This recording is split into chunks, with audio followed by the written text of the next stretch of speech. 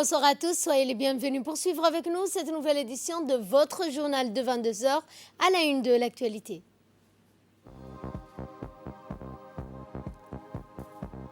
Lancement officiel des caisses de microcrédit des mutuelles communautaires de développement. C'est à Ali Sabié que s'est tenu donc ce lancement hier.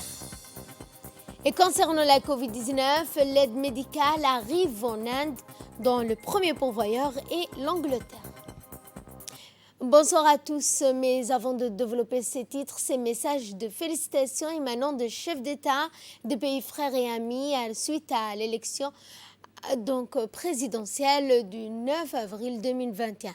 Eh bien, d'importantes organisations internationales, multilatérales, continentales et régionales, saluant tous la réélection du président Ismaël Omar Guelleh, continue d'arriver à la présidence de la République.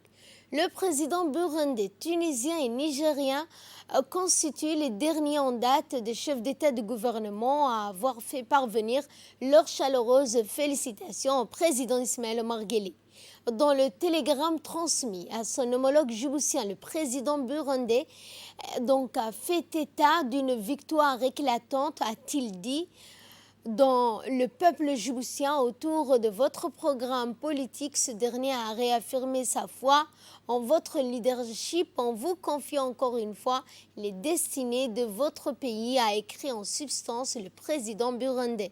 Le président tunisien Kais Saïd a lui aussi, dans le message similaire envoyé au chef de l'État, abondé dans le même sens et mis ensuite à profit son télégramme pour révéler sa conviction en l'opportunité que constitue la réélection du président Guelleh pour un renforcement de niveau de consultation, de coopération entre les deux pays frères et les deux peuples.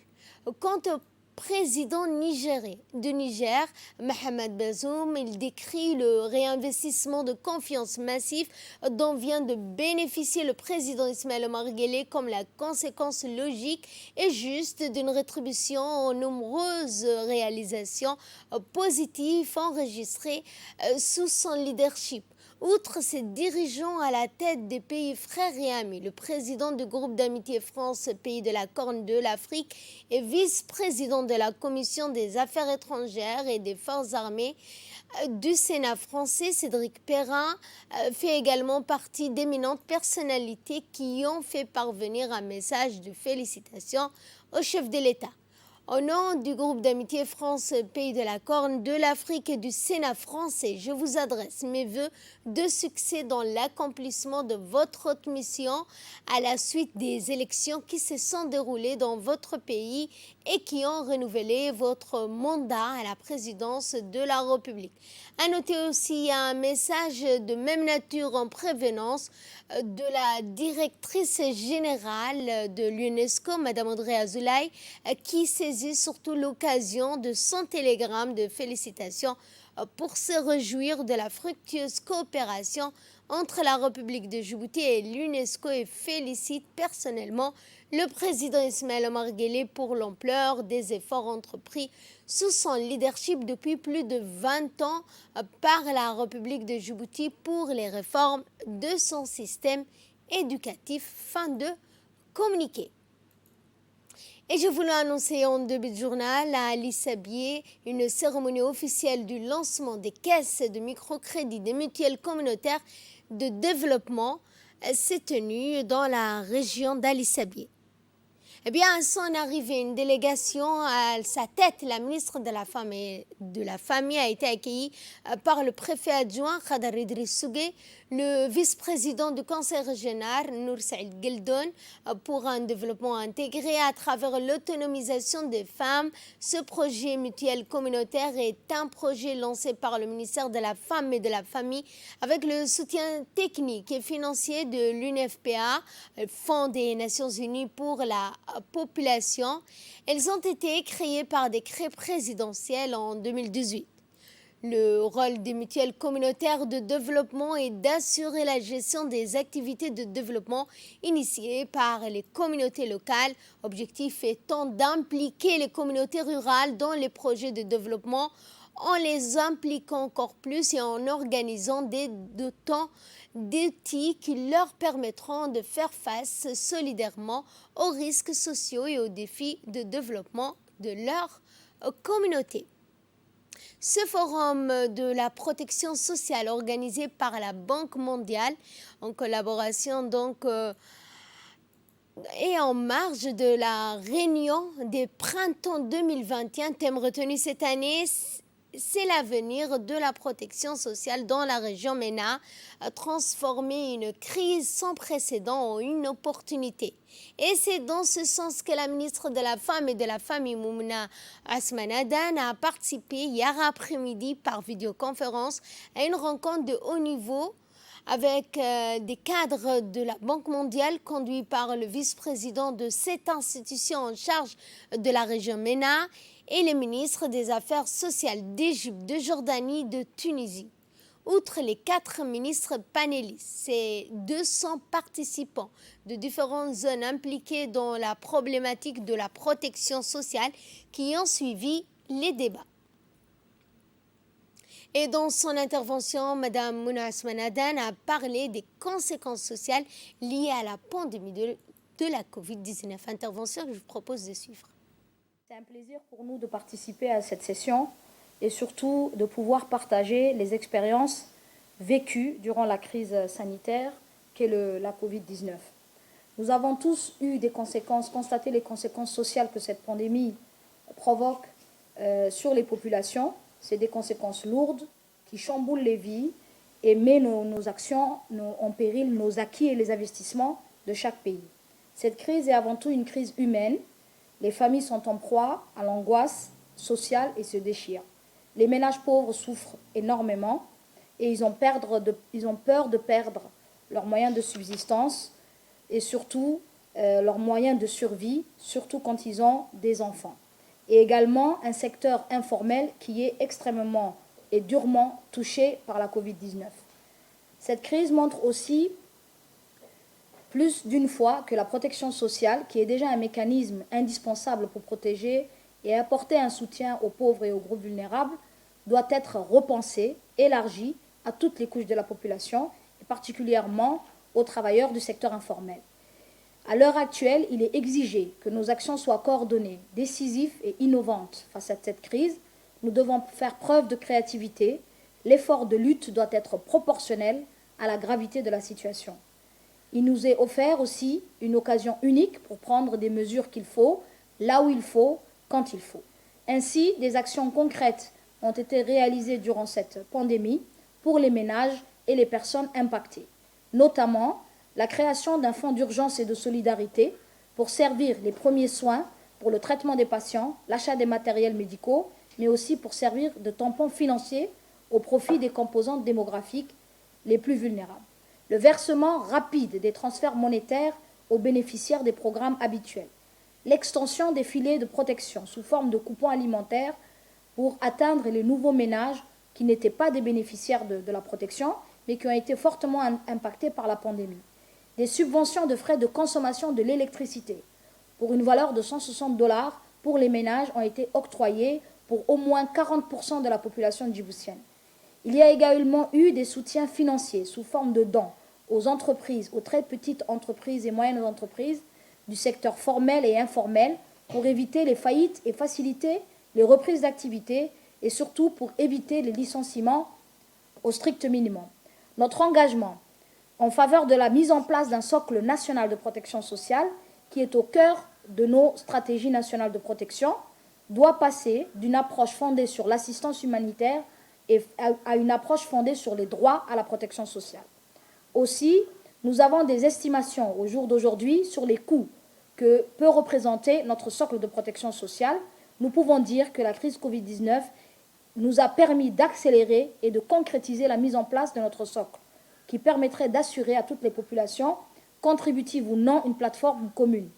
Également, ce coronavirus nous a confortés dans la mise à l'échelle des programmes d'inclusion productive, notamment pour les femmes et les jeunes.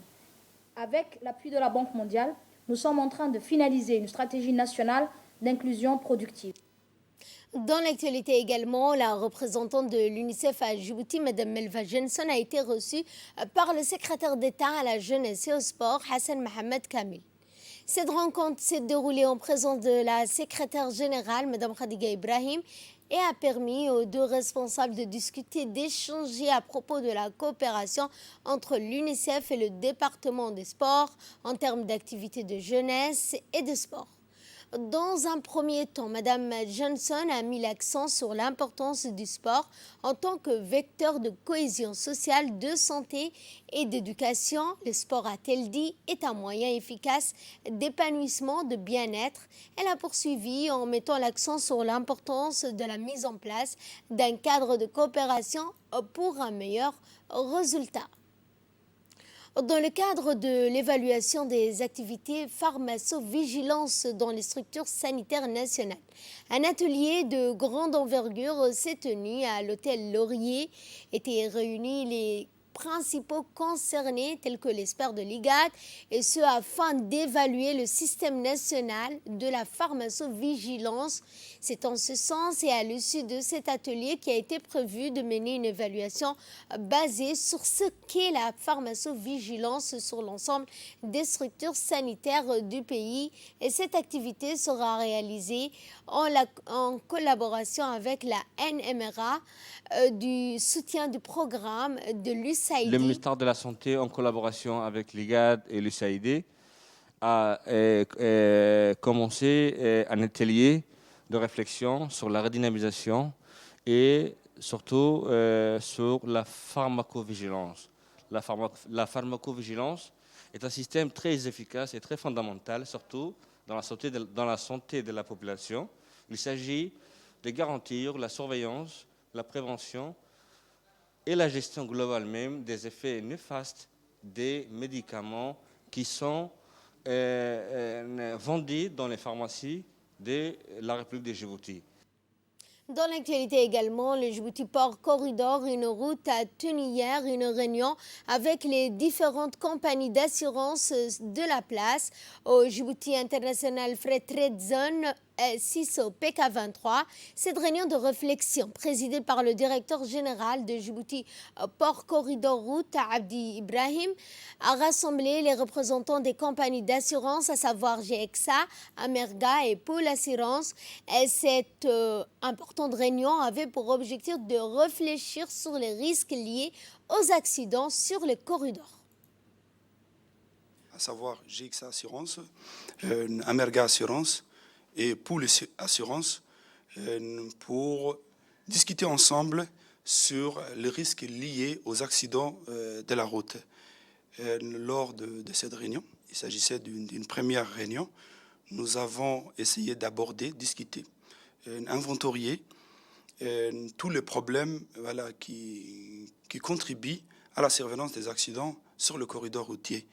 Les assureurs nous ont donné leur soutien et ils se sont engagés dans ces projets, et nous aurons prochainement des réunions au cours desquelles nous allons lancer des programmes, des campagnes pour contribuer à l'amélioration de la sécurité routière.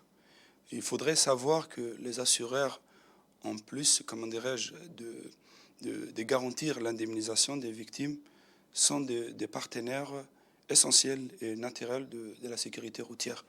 Il y avait aussi un partenaire très important, un acteur très important de la sécurité routière, à savoir l'escadron de la gendarmerie nationale, qui, jour et nuit, lutte pour garantir, pour sauver des vies sur les différentes routes. Je profite de cette occasion pour transmettre mes sincères remerciements à la gendarmerie nationale et plus particulièrement à l'escadron de la sécurité routière. Et cette inauguration d'une nouvelle bibliothèque à Demerjog, au sein de l'école de Demerjog, le sous-préfet de Demerjog, Abdi Shakib Nour, le directeur de l'école, et les représentants de l'ambassade des États-Unis, dont la chef de mission adjointe, ont pris part à cet événement qui célébrait la réalisation de la passation de projets de construction financés par les États-Unis. Cette initiative s'inscrit dans le cadre d'une coopération bilatérale solide entre le gouvernement américain et djiboutien visant à créer des opportunités d'éducation et d'emploi pour la jeunesse djiboutienne.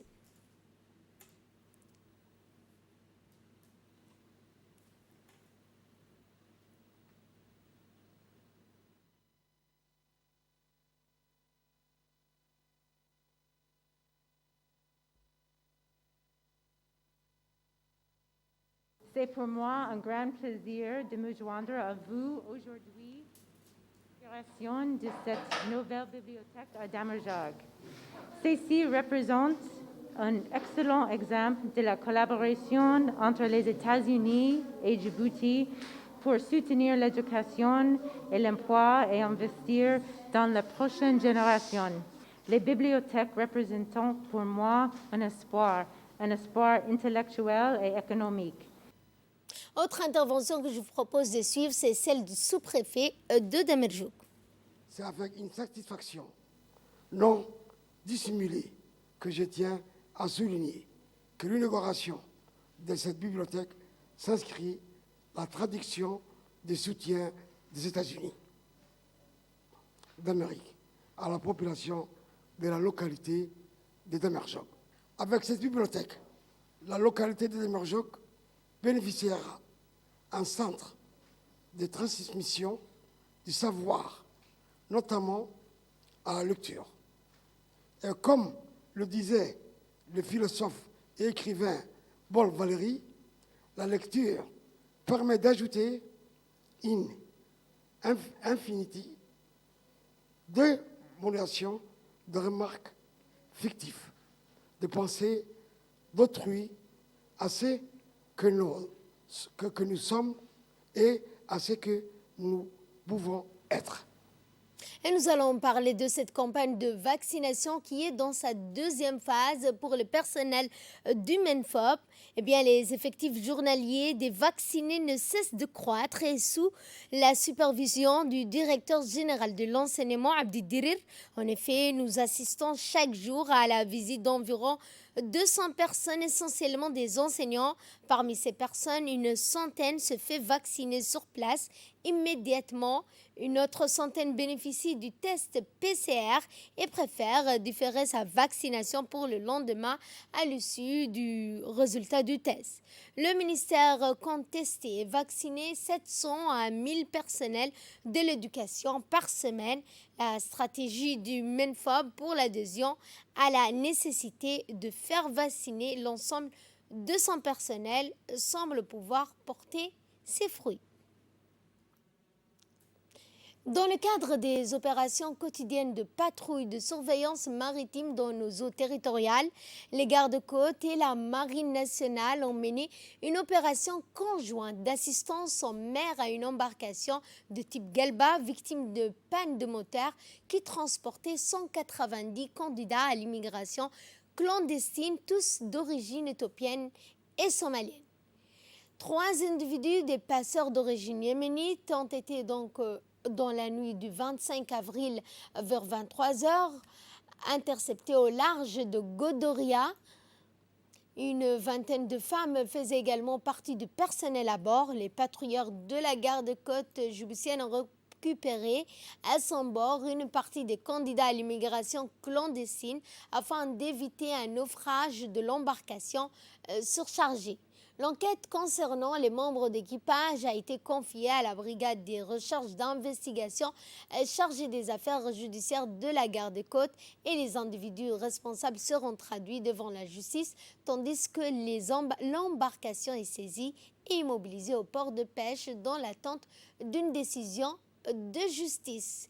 Et nous allons parler d'intempéries à Ali Sabieh où hier une pluie torrentielle accompagnée de vents violents s'est abattue sur la région d'Ali Sabieh.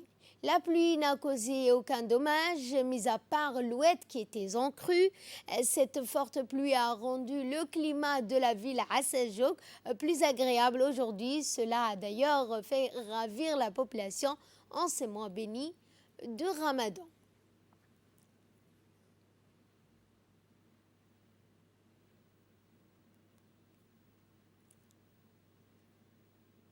Et à Obok, notamment, même scène, l'on constate, donc après ces fortes intempéries qui ont touché la région d'Obok, eh bien, donc, aucun dommage, ni même victime humaine n'était donc à... Mais ce que l'on remarque, c'est que la pluie torrentielle a inondé la place, mais notamment causé certains dégâts matériels, mais sans plus. Dans l'actualité internationale et concernant la Covid-19, l'aide médicale arrive en Inde. Les premières cargaisons d'aide médicale britannique sont arrivées en Inde ce mardi matin à New Delhi. Près d'une centaine de concentrateurs d'oxygène et d'autant de respirateurs ont été débarqués à l'aéroport. C'est le premier de 9 vols attendus cette semaine. Le président américain Joe Biden a lui aussi promis à l'Inde une aide d'urgence, un soutien sans faille, ce qui a été salué par le Premier ministre indien Narendra Modi. Les membres de l'Union européenne, dont la France et l'Allemagne, se mobilisent pour apporter leur aide. L'Inde avait géré la première vague de la pandémie. Elle est submergée par la seconde. Seules les livraisons immédiates d'oxygène de vaccination peuvent aider à mettre fin au cauchemar. Fin de ce journal, merci de votre fidélité. Excellente soirée à toutes et à tous.